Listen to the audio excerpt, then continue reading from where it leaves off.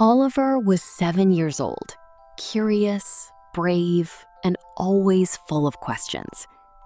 He lived in a quiet little house at the edge of a sleepy town, where nothing unusual ever seemed to happen. Every evening, Oliver brushed his teeth, put on his dinosaur pajamas, and climbed into bed beside his favorite stuffed fox, Mr. Pickles. But one rainy night, everything changed. The wind howled softly outside his bedroom window. Rain tapped gently against the glass, like tiny fingers playing music. Oliver pulled his blanket up to his chin. Then, creak. He sat up. "What was that?" he whispered. Another sound came from beneath his bed. Thunk, click, creak. Oliver's eyes widened. Usually, he never looked under his bed at night. That was where missing socks, toy cars, and mysterious dust monsters lived. But tonight felt different.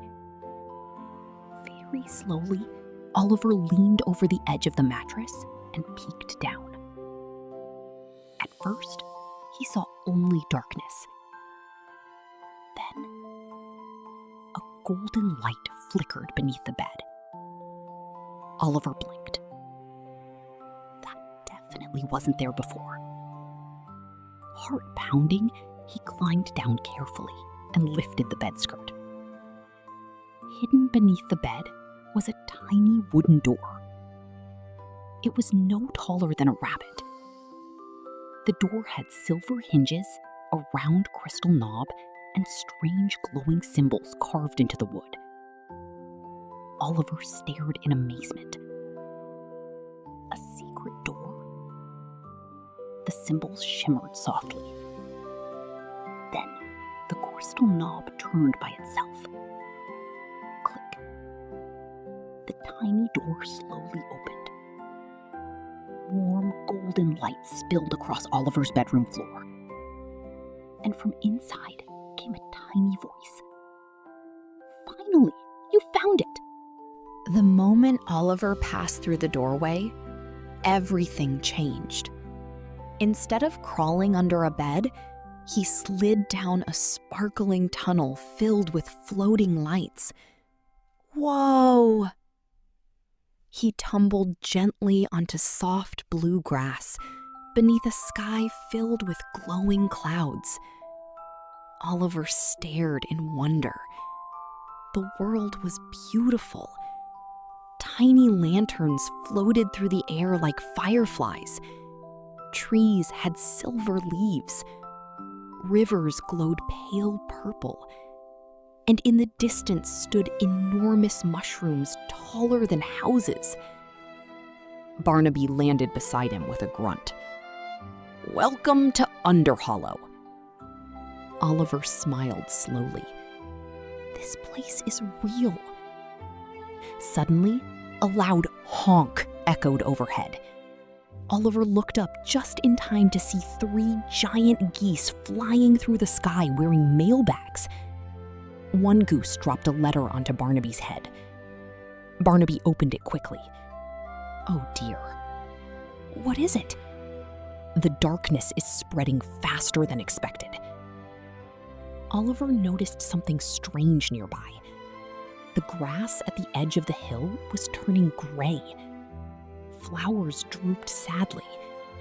The glowing lanterns flickered weakly. Barnaby pointed toward a distant mountain. "We must reach the lantern tower before midnight." Oliver nodded bravely. "Then let's go." And so their adventure began. As they traveled through Underhollow, Oliver saw wonders beyond imagination. They crossed a bridge made of piano keys that played music with every step. They floated across Bubble Lake inside giant transparent bubbles. They rode on the back of a sleepy turtle the size of a bus. But strange shadows followed them everywhere. At first, Oliver only noticed little things. Lanterns going dark, birds falling silent, cold wind blowing through the trees. Then they reached the whispering forest. The trees leaned close together, their branches twisting overhead. Soft voices. Keeper Ilara lived inside a giant mushroom cottage filled with glowing jars and floating teacups. She poured Oliver warm cinnamon tea. "You are very brave," she said gently. Oliver shrugged. "I was mostly terrified." Ilara smiled. Bravery is not the absence of fear. It is moving forward despite it. Barnaby nodded dramatically. "Exactly what I've been saying for centuries." "You are not centuries old," Ilara said. Barnaby crossed his arms. "I feel centuries old." Oliver laughed. For the first time since entering Underhollow, he felt safe. But then Ilara became serious.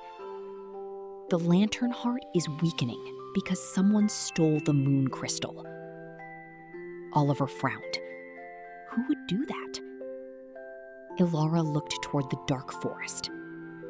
The Shadow King. The room suddenly felt colder. Barnaby swallowed nervously. "I was hoping you wouldn't say that." Oliver whispered, "Who is the Shadow King?" Ilara's lantern dimmed slightly. Long ago, he protected Underhollow, but he became consumed by loneliness and bitterness. Eventually, darkness changed him. Oliver looked thoughtful. "So he's evil?" Ilara sighed softly. "Not all darkness begins as evil." She handed Oliver a small, glowing compass. "This will guide you to the moon crystal." Oliver carefully held the compass. The needle spun wildly before pointing east, toward the mountains. Ilara smiled gently. "Follow your courage, Oliver." The journey grew more dangerous after that. The skies darkened. Cold mist covered the ground. Even the floating lanterns disappeared. Eventually, Oliver and Barnaby reached the foot of Shadow Mountain. At the top stood a black castle surrounded by swirling clouds. Oliver stared up nervously. "We have to go in there?" Barnaby squeaked. "Unfortunately, yes." The castle doors creaked open slowly as they entered. Inside, everything was silent. No guards, no footsteps, only shadows. Oliver clutched the glowing compass tightly. The needle pointed down a long hallway. At the end stood a massive door. Oliver pushed it open carefully. And there, floating above a dark throne, was the moon crystal. Its silver light pulsed weakly. But someone else was there. A tall figure made of shadows stood beside the crystal. His glowing eyes turned toward Oliver. "The human child," he said softly. Oliver tried not to shake. "You stole the crystal." The Shadow King stepped closer. "I protected this world for thousands of years, yet everyone feared me." His voice sounded sad more than angry. "They abandoned me." Oliver looked at the dying crystal. "Without it, Underhollow will disappear." The Shadow King looked away. "Then perhaps it deserves to." Oliver remembered Ilara's words. Not all darkness begins as evil. He stepped forward carefully. You don't really want to destroy everything. The shadow. Together, they climbed the lantern tower at the center of Underhollow. The tower stretched high into the glowing sky. At the very top floated the lantern heart, a giant sphere of fading golden light. Oliver placed the moon crystal inside. For one long moment, nothing happened.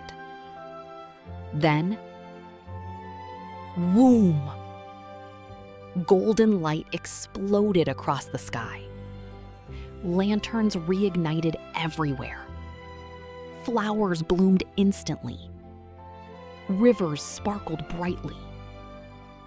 The darkness vanished. All across Underhollow, cheers echoed through the air. "We did it!" Barnaby shouted. Oliver laughed happily. The Shadow King, no longer a creature of darkness, smiled quietly beside them. Warm light filled the world once more.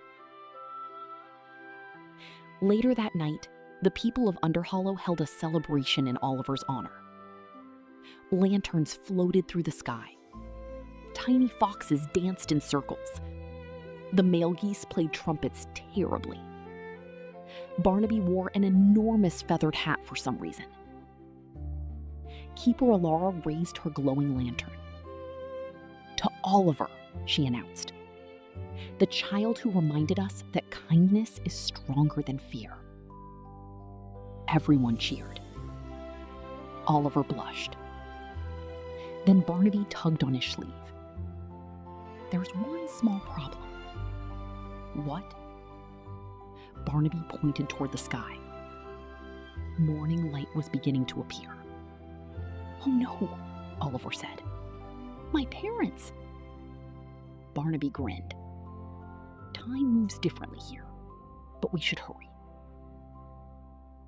Alara hugged Oliver warmly. "You will always be welcome in Underhollow." The former Shadow King bowed his head. "Thank you for seeing the light in me." Oliver smiled. Then Barnaby opened the tiny glowing door once more. Oliver